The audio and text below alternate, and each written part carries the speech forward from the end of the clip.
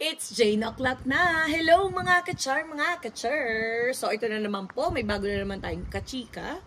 Si Jing from the Philippines na pamangkin, na apo, na ninang ako. Tsahing. Lahat na, siya yun. So fresh from the Philippines, DepEd Philippines. Ayan na po siya. So mag-start ako with, nag-apply ka ba abroad? Ever? Yes, sa US. Nag-apply ka ng US? J1. Noong?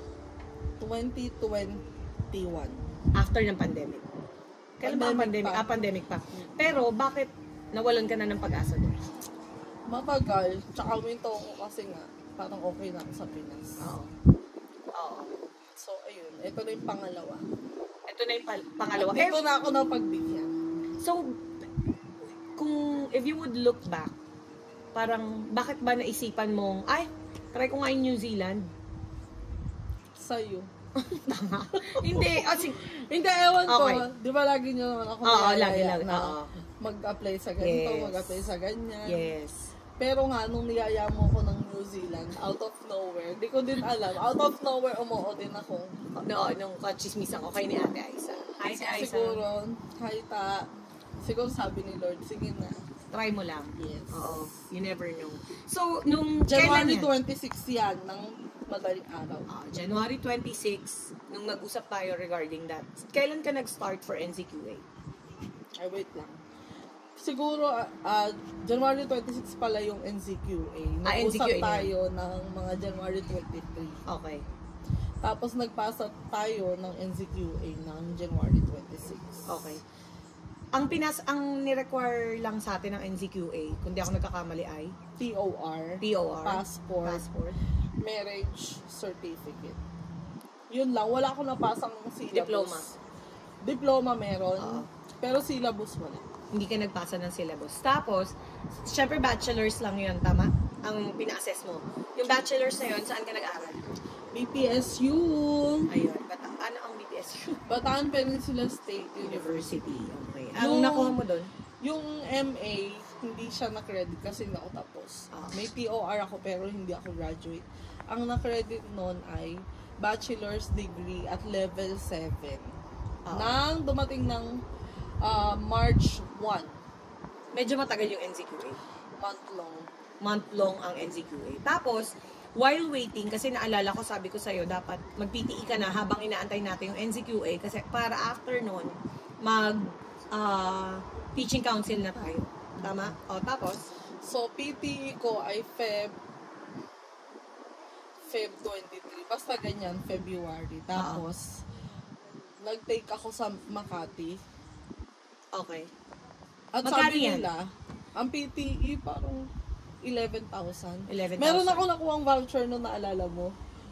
Hindi. May voucher na less than $20. Kaya, Para saan yan? Saan mo nakuha yun? Sa ito ko email? lang sa ad ng PTE. Ay, okay. So, mag-click kayo ng ad dun sa may PTE for Yes, $20 effective. off. Pero yung sa NCQA, mga magkano? 26,000. 26,000, which is, hindi naman isang bagsakan.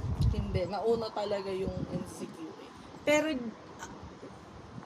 yung sa gastos, nahirapan ka bang i-produce agad yung 26, yung 11, 12, or... Hindi naman siya dikit-dikit. Oo. Naalala ko yung PTA, inutang ko sa'yo. Kaya takot talaga ako na baka bumagsak. At mawala na yung mga relasyon natin. Gano'n ba katagal yung PTE? Hindi, na-stress ka din doon, aminin natin. Kasi sa PTE, talaga ang result niya is 2 Dapat, hours after you took the exam, may result na. Yung sa akin, ewan ko, for some reason, 3 days, 4 days. Kaya, pero feeling ko, may feeling ako na ang dahilan kaya siya tumagal ng ganun is papasa ka. Nagkamali ako sa pangalan. So yan, wag mong gagayahin sa akin. Bakit? Kasi sabi niya, late ko na nabasa yung notice niya na dapat ang pangalan mo ay exactly kung ano nasa passport mo. Okay. Ang nasa passport ko is Gorospe, yung maiden name ko. Pero married na ako nung kumuha ako ng passport. So, maraming may hindi alam na may ganong option na pwedeng hindi gamitin yung surname ng husband. So, yun ang ginawa ko dahil wala pa kaming marriage cert. Tapos, ayun ang ginamit kong pangalan, yung married. Na dapat, same yung nasa passport. Nag-email ka ba sa kanila? Nag-email ako, nagtanong ako doon sa chat support group nila. Pero na-edit ko naman. Ay, okay. So, okay pa din. Nung hinihintay ko yung result, sabi nila, isa daw dahilan ay yung bine-verify pa nga. So, feeling ko, doon nagtagal talaga. Kaya nag-take ng days. Okay. So, make sure na yung name mo is same as your passport. Yes. Kapag anong tawag doon? Nag-register ka for PTE. At yung name nila is, pag nilagay mo yung name mo, kailangan kadikit nung first name yung middle name. So, halimbawa ko, Nympha Jane Peria. Yun ang first name. Yun. Ay, okay. Hindi ko na kasi matandaan yan. O tapos, pagkatapos nun, di 4 days, na-receive mo na? Oo, na-receive ko na siya at nakapasa. Eh, paano naman yung, saan ka nahirapan sa part ng PTE? Pinaka nahirapan ako sa, repeat sentence.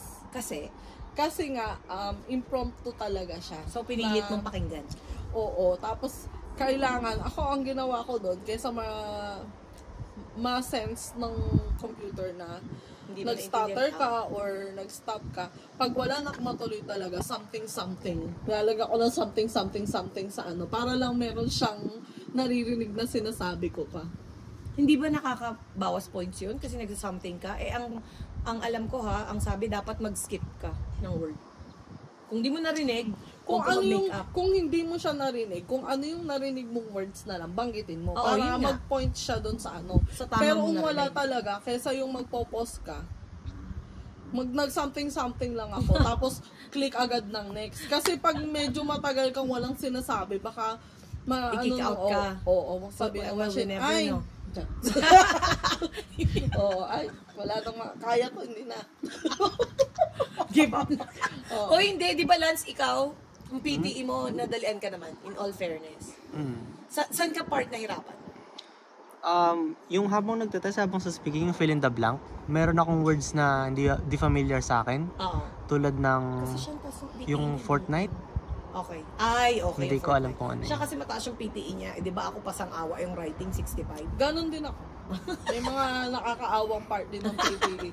Pero nga, parang board exam at least pasado. Oo. At the end of the day kasi, it doesn't matter kung 65 yung score mo. Eh, what matters is pasado ka. Pero hindi siya something na tinik ko lang talaga ha. Nag-review ka din. Pinaghandaan ko talaga siya. Yes. Paano mo siya pinaghandaan? Nag-review ako Gamit? sa YouTube. Yun naman talaga yun. Si Anusha. Ha? Si Anusha. Yung Indian. Mm-hmm. Ako din eh. Ay, yun pa yung pinanood namin. yun, sabi yan, mo diba sinend ka. sa akin. Hindi ko pala sariling dates ko. Ito pala. Baka sabihin, kaano naman to. Kagi. Siya pala. Hindi, kasi ako naman, meron akong laging ina-advise na ito yung panoorin nyo kasi talagang dito ako nag-base. Tapos kahit si Lance, doon siya nag-base. Si Gia naman kasi, di ba, IELTS talaga. Sabi niya, nahirapan siya sa... Sinunod ko yung template niya, pero ang hindi ko sinunod yung sa essay. Okay. Oo, kasi yung essay. Freestyle na lang ako. Oy, tanong ko naman! Freestyle! Go, go, go! Yes. From freestyle. Siguro kung hindi ko siya na freestyle, mas mataas.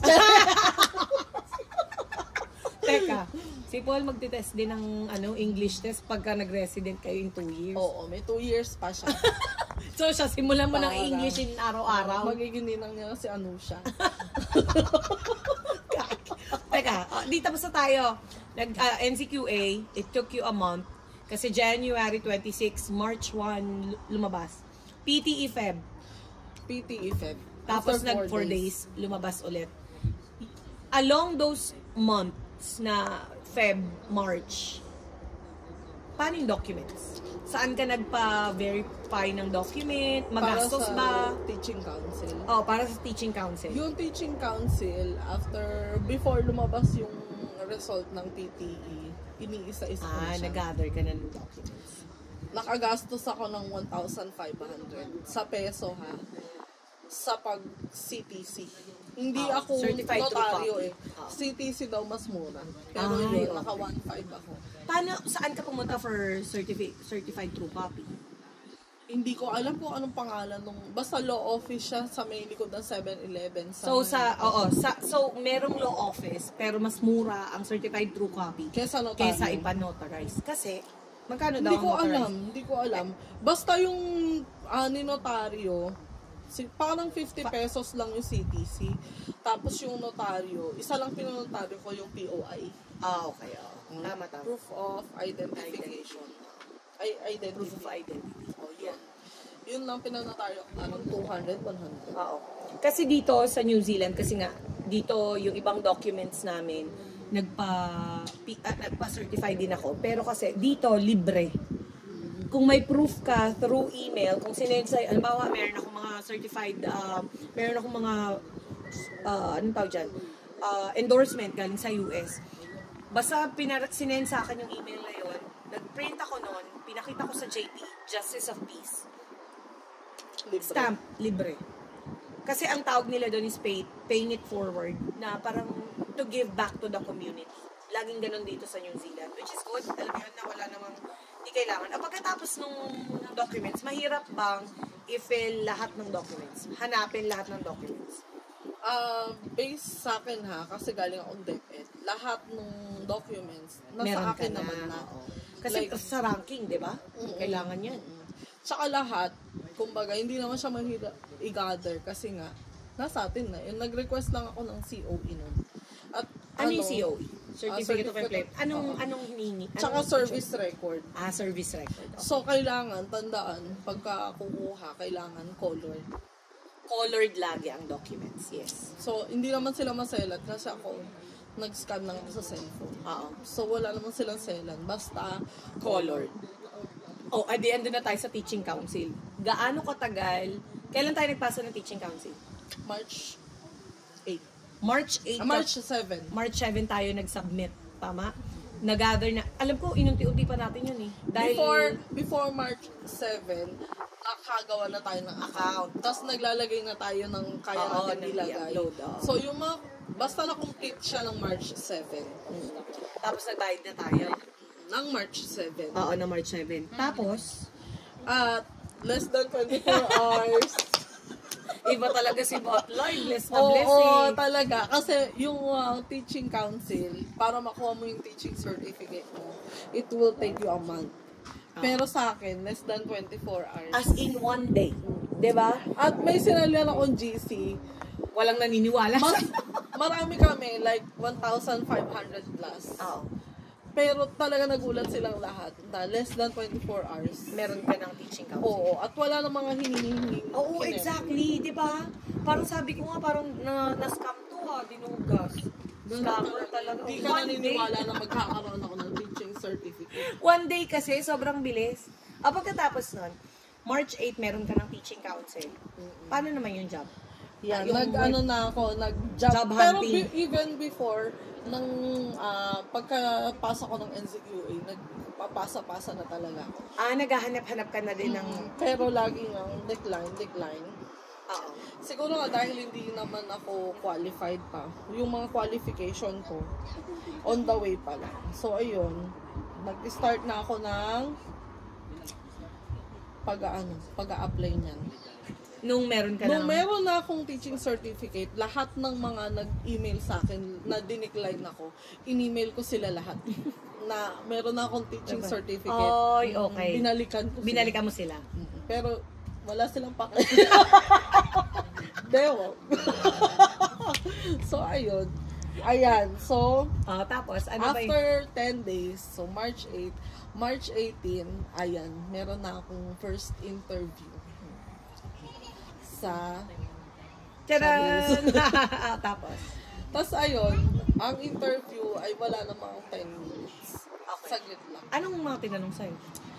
Ang tatandaan kong tinanong sa akin ay ano daw yung hindi ko gusto about my current job. Kasi aware sila na teacher pa ako sa DepEd. So, ayun. So, ano sinagot mo? Nasagot ko naman siya na I love everything Wow. about my job.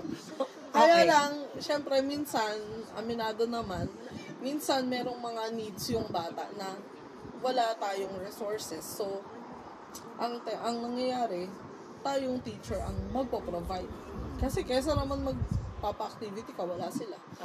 Kesa naman mamimigay ka, magpapa-activity ka, ito lang yung meron, ito wala. So, lahat na lang, bigay mo pantay-pantay. Oo, tama. Yun. Tama yung provide mo yung mga. Paano naman ito bang interview na to na for 10 minutes, siya din yung nagbigay sa'yo ng job offer? Hindi. Hindi pa. Hindi. So, meron ka pang sumunod na interview? Hindi. Ilang Wala beses? nang job interview. Once lang siya, yung 10 minutes, less than 10 minutes na yun. After nun, nag-message na lang sa WhatsApp ng March 20. After 2 days, nag-message siya na magsasend siya ng job offer. Okay. So, March 20, na-receive mo yung job offer. Tapos, nag-start ka na Hindi, ulit ng March 20 niya ako sinabihan na magsasend siya ng job offer. Pero, nagbigay siya ng job offer ng March 25. Yung job offer na yun yung hired ka na or employment agreement? Job offer? Hired lang na sinabi niya. March ano yan? 25. After 3 days, March 28, doon pa lang dumating lahat ng contract. Oo, na kailangan i-return mo sa kanya na signed mo na. Tama ako? Kailan yan? March 28. Okay. So, March 20 interview, March 23, minessage ka sa WhatsApp, sinasabi na, okay, you're hired, wait for the job offer and everything. Tama? By 25, nag-send na sa'yo lahat ng documents na hinihingi sa'yo to sign and return back to them. 28, sorry. So, March 28. So, in short, parang in a week's time. Tapos, nung pinirma mo agad yon, binalik mo lang din. Kailan mo na-receive? Oo. Hindi mo na binasa, alam ko eh. Binasa ko yun. Naku, hindi ako naniniwala. Yung mukha mo. Sabi mo, ay, job offer na to! Siyempre, mag-inarte ka pa, dinecline ka nga. Tapos ito, pagbibintangan mo. Hindi ako lang mimintang. Basta, nag-thank you Lord na ulit ako. Oo naman. Thank you, Lord. Thank you, Lord. Pagkatapos, ay na nga, 28, kailan mo na-receive yung job token? Yung link. Same. Naggawa ko ng Realme account ko ng 28. Na-receive ko ang job token ng 29. 29, the next day. Kasi nga, pinasa mo din ng 28, tama? Nung pagka-scan mo. Basta pagka may sinesend siya, madalian. Baka magbago yung isip eh. Kasi baka sabihin niya, tinatamad naman. Tapos, 29. Pagkatapos ng 29, Yes. job token. Yan na. Sa job token, ina-upload mo lang ulit lahat ng documents. Everything is Sa job as it is. token. Oo, di ba? Parang passport mo, magpipicture ka ng sarili mo. Kasi ang Immigration New Zealand, usually, lahat ng documents mo, i-upload mo lang. Tapos para totoong tao ka, may 2x2 picture na ganyan. Tapos yun na yun, tama? Oo. Ang nakakatuwa lang sa kanila is, yun na, okay na sa kanila yung scam. Oo. So, malaking bagay siya, lalo sa mga katulad ko na nag-apply while overseas. Oo. Out of New Zealand, tama? Oo, hindi ka na yung magpapadala ka pa ng documents. Yun na yun. Basta, paano naman nung medical part? Kasi kung nagpasa ka ng March 29, sa medical part, gano'n ka katagal? ang medical namin, nagpa-medical kami, kasama ko kasi yung husband ko, ng April 12. Tapos, April 16, nag-email na forward na sa immigration resort. After nun, 16, forwarded na. 17, approved na yung, accredited Employer Worker Visa. AEWV. working visa. Pero yung sa husband ko, medyo matagal siya. Kasi, nag-dispedida. Tsare! Hindi po sinisisi yung mga kasama sa dispedida. Yun nga lang. Pero, April 6 ko siya in-apply. Dumating ang visa niya na, kailan ba? Parang 27, ganyan. Inabot ng ilang buwan. Nauna pa yung OPC Kailan dumating? ko. 27. Ng May. Mm-mm. So, after a month, dumating yung kanya. More than a month. More than. Tapos, Almost 2. Oo. Tapos, tumawag ako sa, nag-email ako sa escalation team. Yun yung para ma-expedite mo yung process ng visa. Pero parang wala Nung lang. una, ayaw nila. Kasi ang sabi ko lang, parang I wanna fly with my husband, ganyan. Pero nung ikalawang email ko, desperado na talaga ako. Kasi nga lahat nandun na. Lahat ng Oo, documents mo, for OEC. the drama na talaga na pangarap namin to. Ayun pala eh. Pumayag naman sila. Kaso nga, hindi pa Gano'ng rin- katagal after mo mag-email sa kanila nung escalation? Di ba yung una, dinecline ka? Kailan ka nagpa-escalate? Hindi ko April na- din. April yung una. Tapos nung May nag-try ka na. ulit na May. Oo, May Kasi na. nga, tapos mo na yung OEC, yung polo verification and everything. Tapos yun, sabi nila, ay yung pinayagan na ako, naawa na sila. Teka lang, yung tanong ko. Ano? Paano yun? Yung sa part na nag-ano sila, yung polo verification, OEC, di ba matagal sa Pilipinas? Super. O paano yun? May phase 1, merong, actually yung phase 1, puro lang naman galing yan sa employer. So hindi ka naman na mag-gather. Kahit meron ka ng visa, hindi pa enough yun. Hindi pa. So, dun ka palang mag-start ng Pero processing sa sa mga Pilipinas. galing lang to ng Pilipinas ha, kung nasa ibang country kayo at hindi kayo dadaan ng Pilipinas, Hindi mo kailangan yan. kailangan mo to pag uuwi ka lang. Oo. Pero kung hindi ka naman uuwi pa, pwede mo sigurong process pero hindi naman nagmamadali. Kasi sa Pilipinas, hindi ka makakalis ng walang OEC. Okay. So, gaano katagal naman yung timeline nun? Ang OEC ko, Oo, yung OEC mo. Pati yung nag-start phase 1, ako polo ng- verification, na-receive sinendan ko pa. ang polo ng May 1. At na-receive ko ang OEC May 22. So, ganun siya So katagal, almost 1 month din. yung processing. Eh, bakit ganun katagal? Hindi ko rin alam. Hindi yun dahil may kinuha pang documents from New Zealand, pinadala. Hindi kasi yung documents from New Zealand, dumating siya sa bahay ng nandito na ako sa New Zealand. Oh my God. Totoo? Ano ibig? Hindi! Totoo nga! Oo. Yung ba yung sinasabi mong message mo kagabi? Na dumating ako nga, yung message. Oo. Yun yun. Kaya nga ako hindi naniniwala sa mga sinasabi mo. Kasi Wala kang sinungaling ka. pinaniwalaan sa akin. Feeling mo talaga Kala ko talaga ipapadampot gino-joke. ka sa immigration. Kala ko talaga gino-joke mo na naman ako. Hindi, lahat ng contract, job description dumating sa Pilipinas nang nandito na ako sa New Zealand. So, ibig sabihin, yun yung galing kay Drew. Kay ano? So, galing sa kanya yun. Mm-mm. Tapos, dumating pa lang nung wala ka na. Oo. Ang weirdo, no? Ano yung ibig sabihin? Nag-scan copy siya, print mo lang. Hindi. Ang naging problema, may isesend siya sa'yo na PDF. Chachop-chopin mo lang yun. Kasi pagka gumawa ka na ng account sa DMW, dun yun ang nagre-release ng OEC. Kailangan niya, halimbawa, sa ganitong part, kailangan niya yung medical, kailangan niya yung contract, magkakasama yun na isesend ng employer. So, i-extract mo isa-isa Oo. para i-upload mo siya Dun dun sa sa DMW. kailangan siya. Which will take a month. Hindi, kapag nasa yun na yung papel, mapapasa mo na lahat. Ah, okay. Na PDF file. Yun nga lang, chachap-chapin mo nga. Matagal nga lang yung magkaroon siguro ng officer, gano'n. Pero lahat yon online lang. Kinuha ko lang yung OEC. Ay, isang beses lang ako lumuha sa San Fernando. Okay. Nung release na ng OEC. So, kailangan mo pa magpa-appointment for that.